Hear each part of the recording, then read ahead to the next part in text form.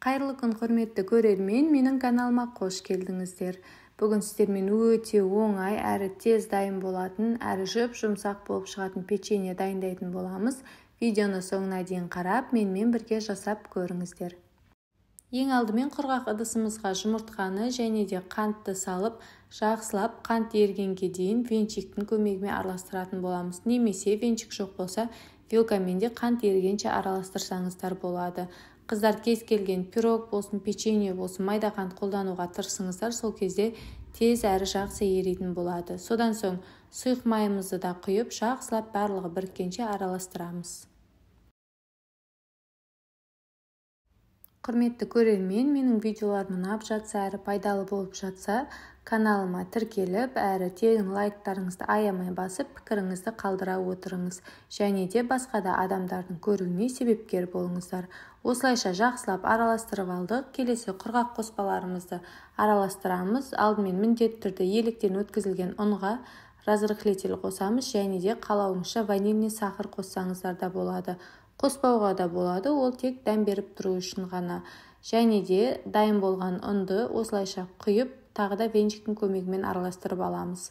Біздің массамыз қатты қою әрі қатты сұйық емес, орташа көлемде болып келеді. Жақсылап ұнымыз бірігіп, біркелкі қалыпқа келгенге дейін араластыратын боламыз.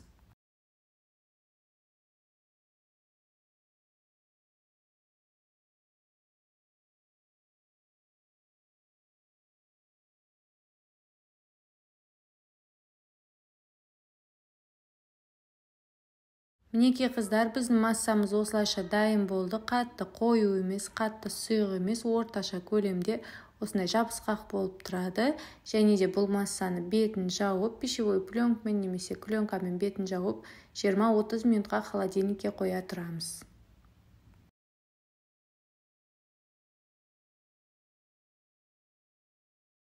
Жарты сағат холодильникте тұрған қамырымызды алдық. Келесі кезекте печеньеларымызды жасаймыз. Осылай үлкен ас қасықтың көмегімен алып жасасаңыздар болады.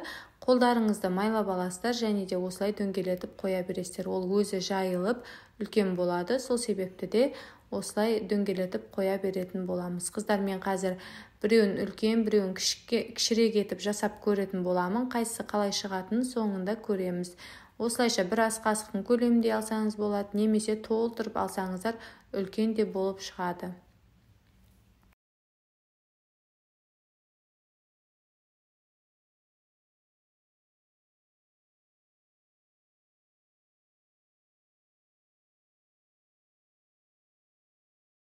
Печеньеларымызды жасап жатқан кезде, жаңағы біздің формамызда пергамент қағазында тұрған печеньелар үлкейе түседі. Сол себептен араларын алшақ етіп қойыңыздар. Және де пешке салған кезде де үлкейетін болады. Сол себепті араларын кішкене ашықтау етіп жасасаңыздар да болады. Осылайша барлық печеньеларымызды формасына келтіріп қойып аламыз. Және де печеньеларды домалақтап табамызға қойғаннан соң үстін басудың қажеті жоқ. Қыздар, ол өзі жайылып, өзінің формасына келетін болады. Неке осылайша біреуін үлкен әртүрлі кішірек қылып та үлкен етіп те жасап көрдім. Қазір піскенде қалай шығатынын көру үшін. Және де осылайша үстіне сахарный пудра сеуіп шығамыз. Қыздар, сахарный пудраны көбірек себе беріңіздер. Сол кезде өте әдемі болып шығатын болады.